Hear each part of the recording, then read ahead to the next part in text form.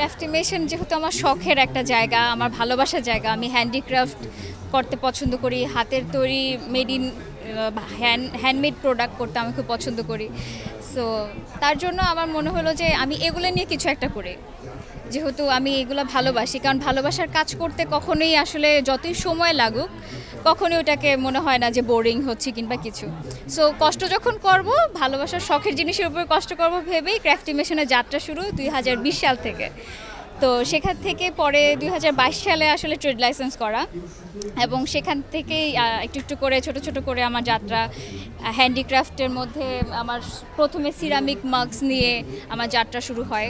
And এটা হচ্ছে এরকম একটা ক্লে ওয়ার্ক যেটা হচ্ছে যে শুধু নর্মাল কোনো ক্লে না, অ্যান্ড এটা হচ্ছে এই ধরনের ক্লে যেটা হচ্ছে ওয়াশেবল প্লাস হচ্ছে ওভেন প্রুফ।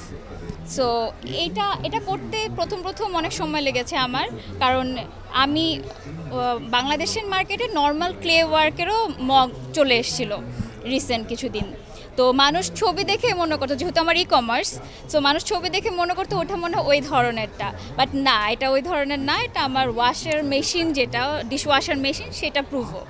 সো এগুলোর পেছনে অনেক বছরের একটা পরিশ্রম আছে। এটার পর থেকে হচ্ছে আমি মিনিয়েচার সেক্টরে চলে আসছি, যে আমরা একটু দেশীয় জিনিসের দিকে ফোকাস করি, যে আমাদের দেশীয়, এটা তো আসলে টোটাল দেশীয় না, বাট তারপর হচ্ছে এলাম যে আচ্ছা একটু দেশীয় ফিউশনে আসি, যাতে মানুষ হোম ডেকোরে আরও ইউজ করতে পারে ক্রাফটিমেশন প্রোডাক্ট। সেখান থেকেই এই ধরনের বায়োস্কোপ থেকে শুরু করে এরকম মিনি ট্রাক, যেমন আমার এই এসএমই ফাউন্ডেশন উপলক্ষে আমি আসলে এই মেলাতে আজকে প্রথম এটা লঞ্চ হয়েছে, এবং সামনে বাস আসতেছে। সো এই ধরনের কাজগুলো করা, দেন এখানে উডেন মিনিয়েচার আছে, দেন আমাদের রিক্সা আর্টের অনেকগুলো কাজ আছে, যদি আমি একটু ছোটো করে দেখাই, এই ধরনের ছোট ছোট কাজ। তো আমার 22 জনের মতন আর্টিস্ট আছে, যারা হচ্ছে যে একদম কাজ থেকে তারা পর্যবেক্ষণ করে করে তাদের আন্ডারে যদি প্রয়োজন পড়ে মানুষের, তখন সেখান থেকে হচ্ছে তারা আর্টিস্ট কালেক্ট করছি, এবং সেখান থেকে আমাদের ছোট ছোট টিম করে যখন যেরকম প্রজেক্ট আসে। কারণ অনেক কর্পোরেট অর্ডারস আসে, যেমন আমার মগে কাস্টমাইজ লোগোর অর্ডার আসে, আমরা আবার জামদানি ওয়ার্কও করে থাকি। সো অ্যাকচুয়ালি দেশের অনেক জায়গাতেই আমার প্রোডাক্ট যাচ্ছে।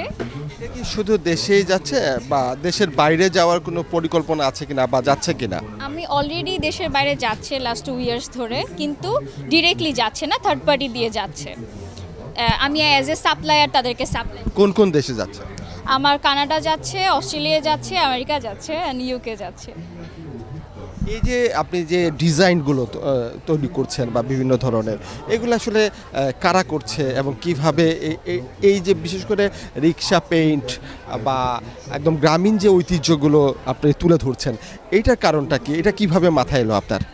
আমার মনে হচ্ছে যে যুগ যত আগাচ্ছে তত না বাংলাদেশের যে ঐতিহ্য, আর্ট অ্যান্ড ফোকের যে একটা মিক্সন আছে দেশীয়, ওটা কমে যাচ্ছে বর্তমানে।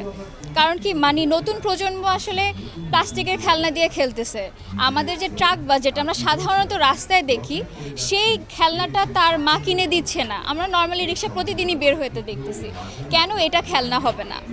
আমার সেটা হচ্ছে ধারণা, যে কেন এটা খেলনা হবে না, কেন এটা দিয়ে তারা খেলবে না, কেন তারা আমাদের ঐতিহ্যটাকে চিনতে পারবে না, ভুলে যাবে। কারণ একটা কুপি এখন হয়তো বা কুপির প্রয়োজন পড়ছে না, কিন্তু কুপিটা তো আমরা ইউজ করতাম, তো কুপি দিয়ে খেললো। আবার ছোট হাঁড়ি পাতিল আছে, যে এখানে এটা দিয়ে খেললো, ওয়াই প্লাস্টিকের? সো প্লাস্টিক এটা না করে এগুলো করা ভালো, এবং দেশি জিনিস নিয়ে ভালো করা। আমার ইচ্ছা যে দেশকে রিপ্রেজেন্ট করা, ওয়ার্ল্ড ওয়াইড দেশকে রিপ্রেজেন্ট করা। আমার নেক্সট জেনারেশন যে সে দেশের কালচার সম্পর্কে জানা থাকতে হবে, বুঝতে হবে, যাতে সে ফিল করে যে আমাদের বাংলাদেশে অনেক ধরনের ফুড, যেরকম কৃষিভিত্তিক যেরকম, তাছাড়া আমার আর্টিস্টিক সেক্টরটাও অনেক আছে। এই যে মেলাটা আসলে উদ্যোক্তাদের জন্য কতটুকু সহায়ক? আসলে সত্যি বলতে মেলার জন্যই তো আজকে এই সুযোগটা হলো। তো মেলাটা আসলে একটা উদ্যোক্তার জীবনের মোড় ঘুরিয়ে দেয়। কারণ আজ থেকে 3-4 বছর আগে আমি যে মেলাটা করেছি, ওই প্রথম মেলাটা থেকেই আজকের এই মেলাটাতে আসার জার্নিটা স্টার্ট হয়েছিল। তো এই ধরনের মেলা কিংবা এসএমইর মতন প্ল্যাটফর্মের মেলা, এটা আসলে একজন উদ্যোক্তাদের জন্য লাইফ চেঞ্জিং টাইপের, বিজনেস ঘুরে যায়। কারণ আজকে যদি হঠাৎ আমি একজন ভেন্ডর পেয়ে থাকি, কিংবা একজন সাপ্লায়ার পেয়ে থাকি, কিংবা একজন আমার বলে না বায়ার পেয়ে থাকি, 3 টাইপেরই হতে পারে, কজ আমি ভেন্ডরও নেই। আমাকে অনেক ছোট ছোট উদ্যোক্তারা হাতে তৈরি মোম থেকে শুরু করে ওগুলো অনেক কিছু দিয়ে আমাদেরকে দিয়ে সাপ্লাই দিয়ে থাকে। আবার অনেক সময় দেখা যায় হাতের কাজের জিনিস থাকে, তো সবসময় সব কিছু আমরা ইন হাউস করি না। দেখা যায় এরকম ছোট ছোট উদ্যোক্তারা, স্টুডেন্টরা আছে যারা হচ্ছে যে এরকম বাজেট ফ্রেন্ডলি জিনিসপত্র নিজেরা ঘরে বানায়, আমাদেরকে সাপ্লাই দিচ্ছে, আমরা হচ্ছে আমাদের ক্রাফটিমেশনের ব্যানারে সেল করে দিচ্ছি, তাদেরকে আমাদের লাভের পার্সেন্টেজ দিয়ে দিচ্ছি। সরকারের পক্ষ থেকে আসলে উদ্যোক্তাদের জন্য আর কি কি সহায়তা প্রয়োজন বলে আপনার কাছে মনে হয়? আমার মনে হয় যে আমাদের তো সবচাইতে বড় শত্রুটাই হয় হচ্ছে ফাইন্যান্সিয়াল প্রবলেম। আমরা যখন অ্যাজ এ নারী উদ্যোক্তা একটু একটু করে আগাতে থাকি তখনই, আর কিন্তু বড় যখন ফান্ডিং প্রয়োজন হয় এটা কিন্তু ফ্যামিলি থেকে আনা ইম্পসিবল। তো আমার মনে হয় যে ব্যাংকিং সেক্টরগুলা, সরকারি যে সহায়তাগুলা, এই যে 5% হারে যে ঋণের যে আমাদের দেয়, লোনের ব্যবস্থাটা আছে, এটা কিন্তু অনেক কঠিন, অনেক রুলস রেগুলেশন অনেক কিছু আছে। তো ওগুলাকে আরেকটু মানে বলে না একটু শিথিল করা কিংবা একটু ইজিয়েস্ট করা, যাতে আমরা ফিমেল উদ্যোক্তারা আরও বেশি, ওমেন উদ্যোক্তারা যাতে আরও বেশি অ্যাক্টিভলি কাজ করতে পারি। সরকারের কাছে আসলে এটাই চাওয়া, যেন আমাদের এক্সপোর্টের ঝামেলাটাও একটু কমায়, আমাদের এই ব্যাংকিং সিস্টেমটাকেও যাতে একটু ইজি করে, যাতে আমরা লোনও পাই। কারণ বড় অর্ডার আসলে কিংবা লোনের, আমার কথা হচ্ছে যে কোনো একজন উদ্যোক্তা যদি সে মনে করে যে আজকে সে 50,000 টাকা লোন নিল, ডেফিনেটলি তার 1 বছর 1.5 বছর পরে তো 50,000 টাকা হবে না, তার ডেফিনেটলি 10 লাখ টাকা লাগবে যদি সে ওই হারে চলে। তো ওটা কিন্তু তখন ওই লোনের প্র্যাকটিসটা থাকতে হবে, একটা ক্রেডিট লাইন থাকে, তো ওই জিনিসটাতে আসা উচিত ফিমেলদের। দর্শকদের উদ্দেশ্যে আপনার কি বলার আছে? আচ্ছা, ইটিভির দর্শকদের উদ্দেশ্যে বলা হচ্ছে, যেহেতু মানে উদ্যোক্তা ভিত্তিক অনেক কাজ করে ইটিভি, আর এই ধরনের প্রচার করার মাধ্যমে আসলে অনেক উদ্যোক্তারা, সুপ্ত উদ্যোক্তা যারা উদ্যোক্তা হতে চায়, তারা দেখা যায় যোগাযোগ করে, তো অনেক রকমের হেল্প পায় ভিউয়ার্সরাও।